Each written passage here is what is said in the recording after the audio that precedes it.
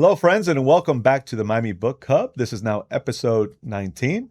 I am your host, J. Adrian Betancourt, urban planner by day, author and explorer of all things by night. So, welcome back to the program. I'm really excited to introduce my guest. Not actually her first time on the program, because if you were watching a couple of days ago, she was a special guest on the South Florida Writers Roundtable. But we wanted to spend more time with her and get to know her better and her publishing company and all the great things that they are publishing. So welcome back to the program, Tabitha Rose. Thank you. It's so nice to be back. And Tabitha, let's start off with you and what you do and Life to Paper. Yeah, Life to Paper. So I'm the founder and publisher at Life to Paper Publishing. Life to Paper also has a nonprofit arm. It's simple, the Life to Paper Foundation. And I started this company 11 years ago. So September will be 11 years. And what we do is we help people put their life stories to paper. And our wheelhouse, what we're known for is stories that touch on mental health, addiction, trauma, abuse, complex family dynamics, and health and wellness as a whole. And why we tell these stories and promote these stories is with our goal of writing a better future to help people overcome, get through difficult things, and go on to live better lives. That's amazing. And so you don't shy away from the hard stuff. I mean, No, you the embrace tough it. stuff Yeah. is our jam. Yeah. Yeah. And you have kind of a personal, what's the word, I guess, motivation here. You've lived through some tough stuff yourself, which is why you can relate to a lot of this, right? Tell us about that. Yeah, I mean, I started out, doors and hearts were open to all kinds of stories, all kinds of genres. And so I definitely tried a lot of different things. But after some time, I found, looking back, where my heart was and what the books I felt I was best able to promote, to sell into the market, which is my job as a publisher, were the ones that touched on overcoming addiction, overcoming mental health challenges, highly stigmatized subjects. And it's clear why. It's because I myself have overcome mental health and addiction as well, and I'm in recovery. So of course those stories, like, I know them well, I've lived it. Not all of them exactly as they happened, but the emotional journey I certainly understand and relate to, and living in it and still seeing how many people are unwell and haven't found their way to recovery or freedom. I mean, has motivated me to want to tell these stories, especially the ones that are carry with them a lot of stigma. They're hard to talk about for that reason. And I've had several authors on this program, and writing my own book, I've come to learn that writing isn't just a profession. It's therapy. And it's amazingly therapeutic and cathartic. And I don't know that, at least I didn't go into writing, for that. And yet it has been, wonderfully cathartic for me. And I've sensed that other authors have kind of gone through the same. Yeah. Whether it's fiction or nonfiction, somehow or another, you're working through personal demons through writing. Definitely. And gosh, you feel so much better at the end of it. Definitely. So it's both kind of personal, but then you're also sharing that story with others who may be going through the same thing. And it could be extraordinarily powerful thing. And I imagine you see a lot of that in what you do. Yeah. I try to remind people that I work with, I'm not a therapist. And so I'm clear, like, potentially acting as one could cause more harm than help. So I have to try to stay in my lane as much as possible. But I know that, putting life to paper is therapeutic. And I've seen people like heal from the process. Yeah. All kinds of stories. From one of the first people I worked with, my early days, where I was actually ghostwriting at the time. So most of my job at that point was actually doing the writing, so spending time with people. And this man was going through something incredibly hard. He was losing, like, his wife to Alzheimer's, slowly and painfully, like in front of right in front of him, over years, and she'd lost her ability to talk and care for herself in any way. And he was going through a hard thing, and I was the first person he sat down and, told their whole story to, and talked about what was going on. And at this point, we're still having conversations. I'd started writing, but I hadn't shared anything with him. And he stopped me one day in mid conversation, and he said, if you never hand me a book, this will all be worth it. Mm. And I said, what Wow. do you mean this? Like, the point is the book. And he said, no, the point is this. Like, this has helped me more than anything. And I don't know what you're going to do he's a doctor, retired doctor at the time. He said, I don't know what you're going to do in the future, but this is something. And I didn't really believe it at the time. It took me a few more times of hearing that to really say, okay, like, this is helping people heal. And I think that's when I decided to start the foundation and think like, okay, people hiring me are able to, right? It requires a financial investment to hire a ghostwriter. Right. But what about all those who don't have that privilege, right? What about those who are really had hit rock bottom and have landed in a halfway house or a shelter or a treatment center? How do we bring that healing opportunity to them? And that's why the foundation started, because I wanted to do that. And one of the other amazing stories about the healing, the healing power of putting your life to paper is, I was contacted by a man, also a former retired doctor here in Miami. And he told me he wanted to write his life story for his grandchildren.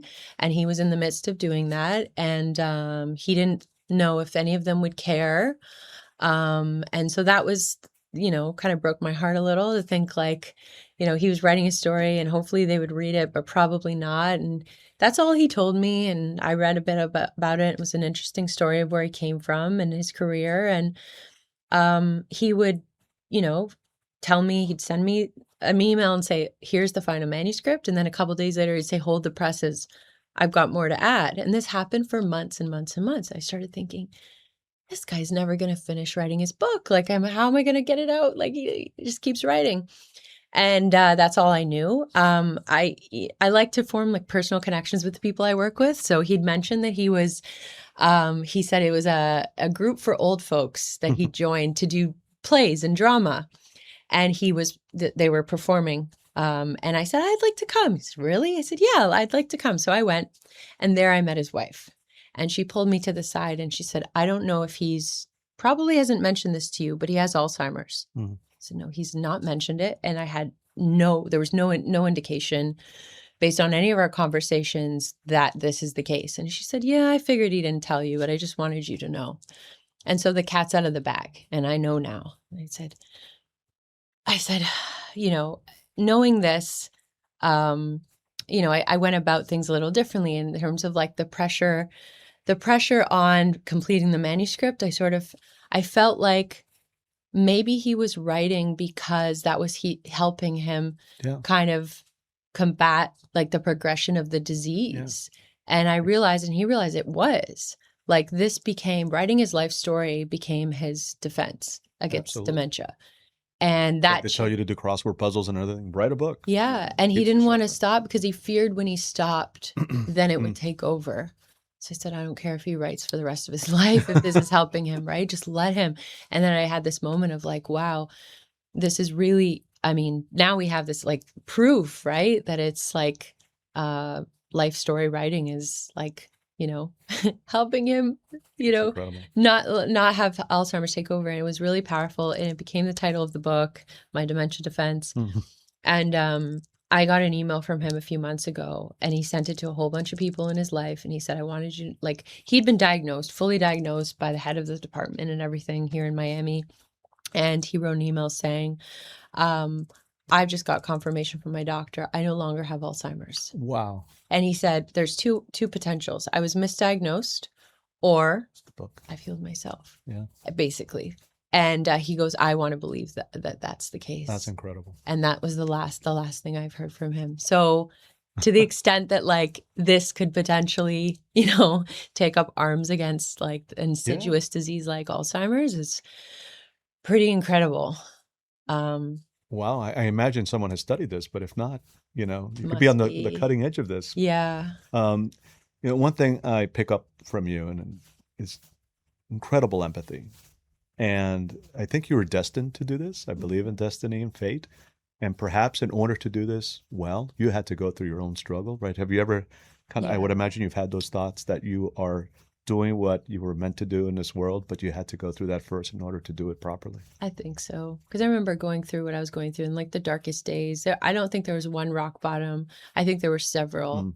several. And then they say like rock bottom is when you stop digging. So I had to keep digging and keep digging.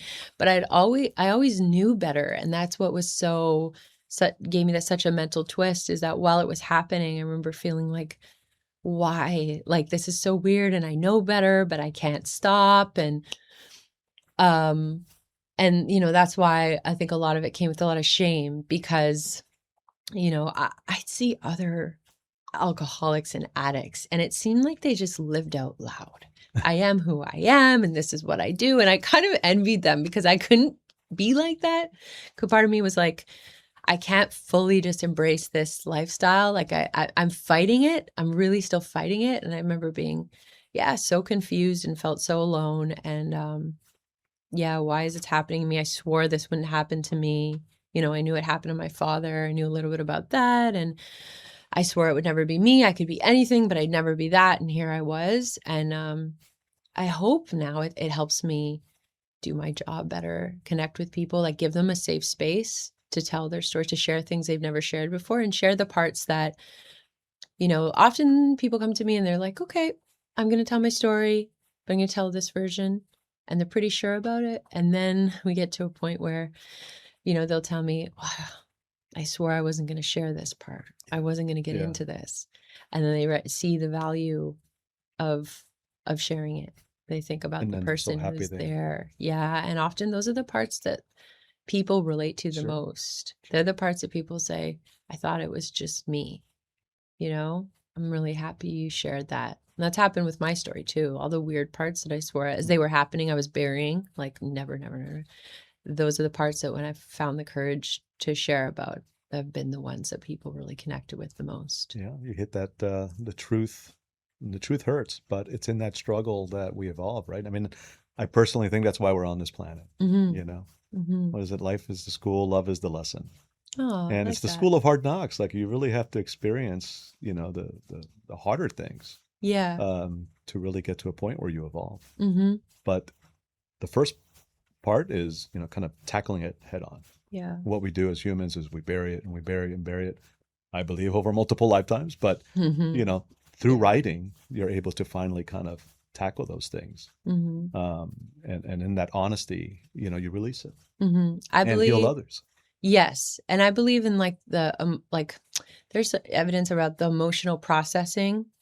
And how I see it visually is like, at least for myself, and I think for others, they've expressed this too, is like, I don't know if you know this, maybe it's a female thing, but when your necklace gets tangled, you taken off a necklace and you put it away, Yeah. and then you go to take it out and it's got like Yeah. all these All the knots, knots. like it hasn't moved, but somehow it's got all these knots, and it's so and you're trying to pick at these knots, and you think like you're never going to get it unknotted, but you keep picking at it.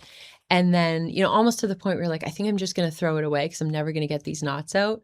And then you keep going. And then there's like, it all of a sudden comes. Ta-da. And that relief from it is like what is emotional processing. And I think what happens like to me when I'm writing about through difficult things is that I feel like this knotted up thing inside of me I carry with me. And somehow it releases through the writing process. Yeah. And I experience some relief. Now, I'm sure you're relieved that an event that you came down here for is behind you, because those could always be Yeah. stressful. So let's talk about that. The Light Within the Walls by C.P. Handler. So this is a wonderful book that you have published and just had its book launch at Books and Book. So what was that book about? And tell us how the event went. Yeah, it was amazing. C.P. Handler is a social worker, works in prisons. And she started working in the juvenile system. So she worked with young incarcerated men, teenagers, effectively, in some of what she calls the worst institutions in the country. for corruption, Oh. and for programming and the resources she had at her disposal or not to be able to help these young men. And she tells her story, and in their stories, what she, we often, society sees these young people like labeled with the worst thing they've ever done, but they rarely see the human beings underneath and the impossible circumstances they're born into. And it's really her fight for reform in the system. She felt like she's had this book in her for some years. I remember meeting her a few years ago and her telling me a little bit about her story and me getting full body goosebumps, like while walking with her on Miami Beach, hearing her story. And it was very difficult for her to write. In fact, when she started 2 years ago, it sent her, back into like, PTSD, and she had to recover over the course of weeks from just simply sitting down to attempt to write. And she said, I think you're the one to help me, and let her know that like she'd be totally, wholly supported through the writing process, right? And like she'd be given a safe space to do that to the best of my ability, right? And so we began, and she she wrote it, and we were well on our way, and went through all the stages of like production, editorial, design, and that was it was almost 2 years ago to date that we took that walk together. So coming back here to like celebrate it and hold it in our hands and see it reach the people she's intended it to reach is like pretty special. So yeah, the event's done. So all the lead up to that and all the work going into it is done. But I also like it's the first of hopefully what will be many, because I think it's more than just a celebration of the book. It was having a conversation around juvenile justice and what it's like, and the change we hope to see through these conversations are really important for that change to happen, because this room was like so unique. Like never in my life did I think in one room you would see, this is CP, this is who she brings together. You'd see, corrections officers, formerly incarcerated, men, the head of the Miami Port Authority, I believe, sober people in recovery, Orthodox Jews, like all in one room, like engaging in a conversation and learning, and like, as a result of that, going back into the world and feeling really motivated to try and help create this change somehow. That's incredible. And it was really cool. So this will be the first of many. Like her aim is like she's not going to stop. Like she's going to continue. Like her life's mission is this. And she's here in Miami, right? She's here in Miami, yeah. So we won't talk more about it because I want to have her on the program. Yes, please. Yes, no, absolutely. We're going to reach out shortly after this show. Yeah. So, and again, shout out to Books and Books, because, they really have become this community center, this gathering place for these important conversations. Exactly. Like and it's like a warm hug. So you feel like you can have these open conversations there. Yeah. They open their doors and their hearts to like really important conversations. And that's, ours we deal with the tough stuff. Yeah. So it's not everyone opens their doors to us. Sometimes it's like, our books, touch on all kinds of things, like from sibling sexual abuse, like a memoir. So like that was a topic that the media did not want to touch when Jane started speaking about it before she finished the book. She'd get, doors kind of closed and be, not interested, or that's icky. Icky, you don't want to talk about it. And she's over the course of years said like, these are the statistics in households like affected by this. We need to talk about it. Yeah. We need to talk about prevention, because it is preventative, but like, look what happens when it happens and it's not talked about. And both the survivor and the child who caused harm, who becomes an adult, like they carry this with them and all the shame with them for the rest of their lives. And her memoir details how it, can seep into every area of your life if you don't address it. So she's worked really hard to do that. But I tell our authors, like sometimes a lot of our books, because they touch on like food addiction or sibling sexual abuse, and don't always expect people to be raising their hands saying, I read this book and I loved it. It helped me so much, because it's kind of outing themselves Yeah. for that thing they're going through that often they don't want people to know. So where they get, kind of the validation and satisfaction is they get a lot of times like for personal, private messages, just saying, thank you. Like, thank I you would for sharing your imagine. Yeah. story. Thank you for sharing your pathway to heal from XYZ because it helped me. But you might not get like, the hundreds of thousands of reviewers Mhm. out there saying, because they're, the people suffering in silence don't want people to know, but your book reaches them nonetheless and they let you know. That's a great point. I hadn't thought about that. And speaking of powerful stories, you put together an anthology, I think not too long Mm, ago as well. It's called When We Forgive. yeah. And this was a live storytelling project addressing forgiveness through addiction, recovery, trauma, family dynamics, identity, and healing. That sounds like Yeah. a very powerful book. So tell us It's about really When We special. Forgive. When we forgive, when you say like I put together, I really don't feel like I did because it wasn't my idea. It was my editorial director, Don. Hmm. He works with all of our authors. Why, here's amazing. He's amazing. And he's the kind of like compassion and Yeah. empathy. Like he models, like I want what he has. And I'm so lucky to have him in my life, in my orbit. But he, working with all our authors and getting to know them well, like I do, is like, what if Life to Paper were to produce like a collection of stories and our authors and maybe others would participate and the book can raise money for the nonprofit arm. I said, I love this, Don. Like, thank you. Amazing. Well, what do we do? He said, well, we have this author community, where we gather everybody and we communicate with one another. He said, float the idea out there and I'm sure some people will be interested. So I did. And but there was no topic. There was no, this is what Hmm. we're going to write about. It was who'd be interested in a project like this, like a giving back project. And, you're not going to earn any royalties off the sale of this book. So it's completely voluntary. Life to Paper, puts in, the editorial, design and marketing, production and everything. And everybody contributes their story in All service. original works? Yeah. Yes.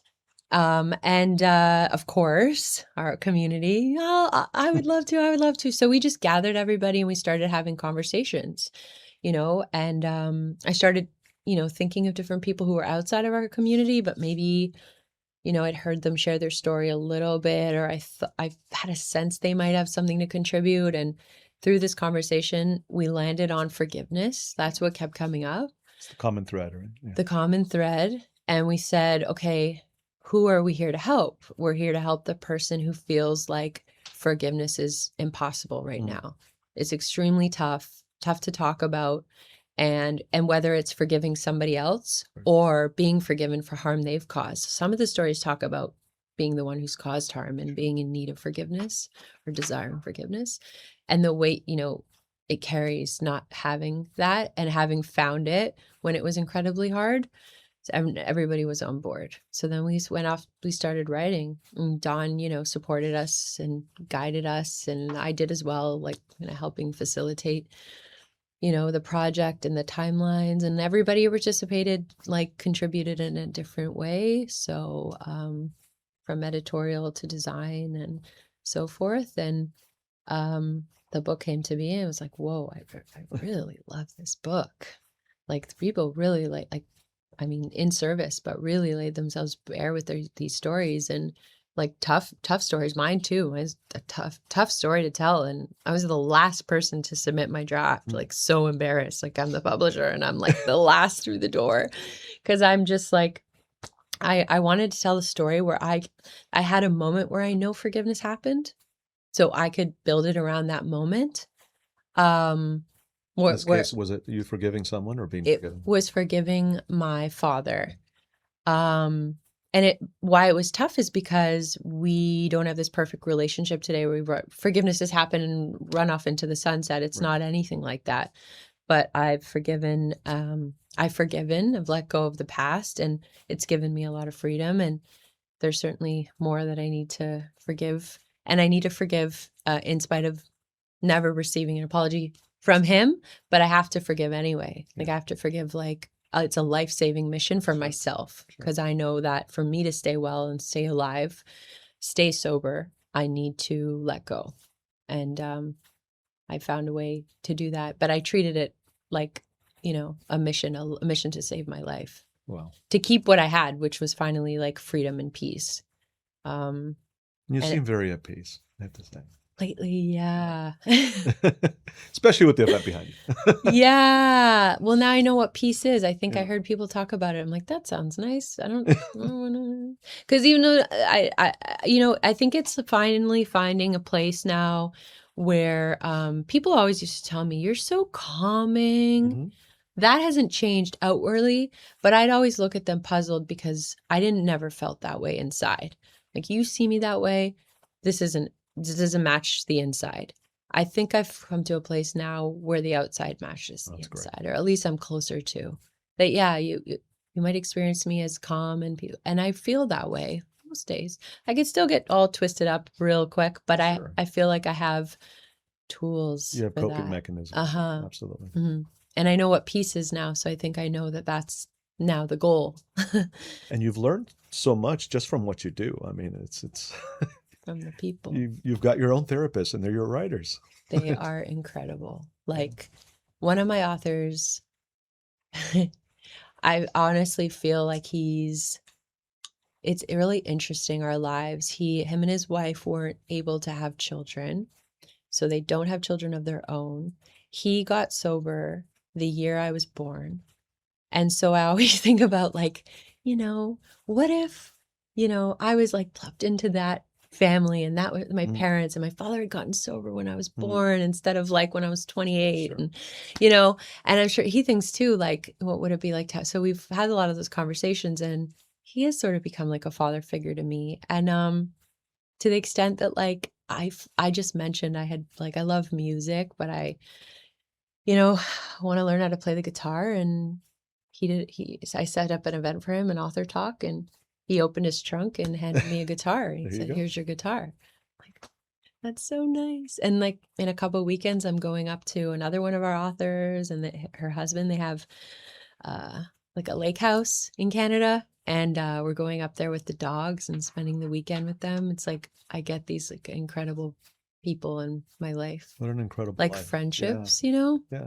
Um, As real as it gets. yeah. I when I'm sitting down to talk to someone about like potentially working together, it's definitely about the book. It's definitely about the story and like Hmm. the writing, and it has to have merit for sure. And it has to practically like I have to be able it has to fit our publishing program. I have to feel confident I can sell it into the market. But I also think to myself, like, in 5 years, am I gonna want to be sitting with this person having lunch? Mm, If it's a no, it's probably gonna be, not the right fit, because that's important to me. I think the relationship's really important to me. Like, if that's I great. feel like we can because it's a grind, like, no matter how you slice it, no matter if you've got a following of 500,000 or 500, whatever the case is, like, it's a grind either way. How are we gonna a lot of people we work with obviously have overcome adversity, but I was telling Amy earlier actually, I was like, all of that gets tested in the author journey. Yeah. Yeah. It's so I'm interesting, feeling it now. right? Like it's not It easy. isn't. Yeah. Um, And I've said it several times. The writing is the easy part. It's everything else. It's just you have to be an entrepreneur, you have to be a promoter, you have to be, your own IT director. I mean, it's yeah. endless. Mhm. Um, which is why it's helpful to have a publisher, right? Yeah. To take on some of those responsibilities. I'm not benefiting that from that myself, but Yeah. it's great that you have this wonderful service, this publishing house, Mhm. um, to provide that support Mhm. to those who need it.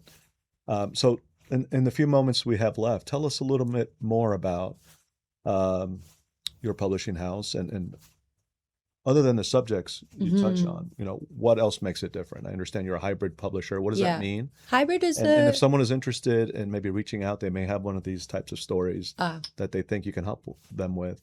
How should they go about that? The best way to do that is on, through lifetopaper.com, our website. We have a submissions page, which should tell you, I think, a bit more about us and let you know if, we may be the right home for you and your story. And then we ask for a book plan to be submitted, and we provide, like, I think, really helpful book plan guidelines that I think even if you're going to work with us or somebody else or self-publish. I think the book plan is really important to get an author thinking about the right things and mapping out, a strategy. And then, submissions come in, and obviously we review them, and based on that, it helps us see if it might be a good fit for us. Not all are. It sort of seems like to be recently like 80-20. 20% are a good fit and 80% are not. So in order to be considered a hybrid publisher officially and meet criteria, you have to, you can't accept every submission you receive. That would, make you more so a publishing services company. Right. Because we have, a catalog and a program and an identity built around that. So getting to be known in the market for those subjects. But yeah, we accept submissions, but I mean, sometimes I like meet people on the street and they'll tell me their story and I'm like, wait, so not everybody goes through that like traditional submit through our submission portal.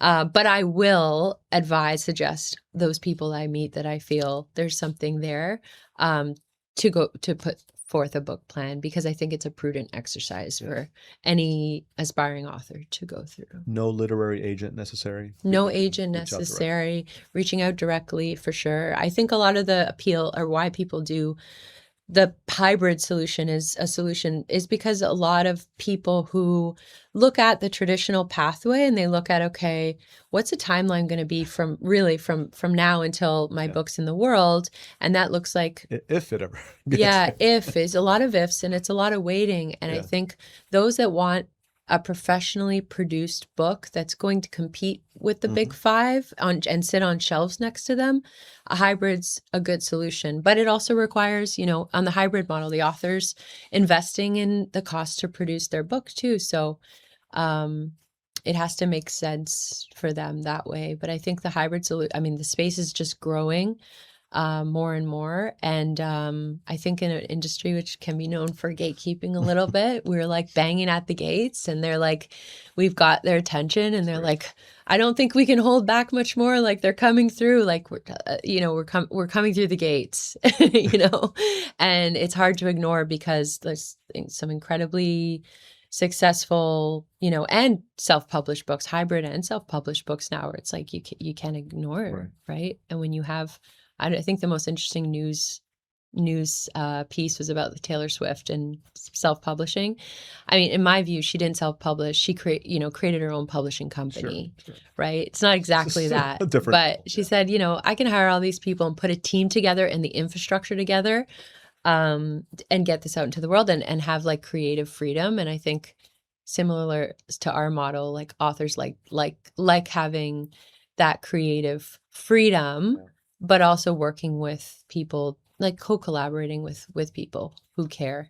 I think it's fantastic. So having chosen the self-publishing route, and going through all these pain points and continuing, I wish I had studied up on hybrids more. I didn't like the idea of, to your point, of going the traditional route, because of the length of time and just, debut author, it's not, you're not even likely to get picked up by a literary agent, much less a publisher. So I said, I'll just self-publish. But if I had studied it a little further and found this wonderful niche hybrid publishing model, I think that would have been very beneficial, because it's a lot. It's a lot to do on one's own. And now you can have next your own publishing company, okay. Right? I'll leave that to you. No, You seem much better prepared for that. I think the best learning is doing it. That's how I learned. I did not study this. I was thrown right into it. I've got my day job. I'm happy there. I'll stick to it. Listen, Tabitha, I want to thank you for being on the program and for everything you do. Honestly, thank you. You're doing God's work, and your authors are amazing. I hope so. Keep it up. Thank you. Anything I can do to support, please let me know. Any authors that come through Miami, send them my way. Definitely having CP Handler on the program if she's willing to be on. She would love to. And I think you may have mentioned the website, but just one last shot for those who want to learn more about you and Life to Paper. Life2paper.com, and it's TO, not the number 2, lifetopaper.com. And we're on all social media platforms as well, but you reach out to me directly at Tabitha@lifetopaper.com. I'm pretty accessible. Wonderful. Yeah. Thank you again. Thank you so much. Folks, thank you for watching. Please like, subscribe, share this program. This was a powerful one. People need to hear it. I also want to thank our partners in this, Miami's Community Newspapers, for producing the program, and in particular, Anzoni behind the screens and cameras here does a great job. That's all the time we have here. So until next time, keep reading, keep writing, and stay curious, Miami.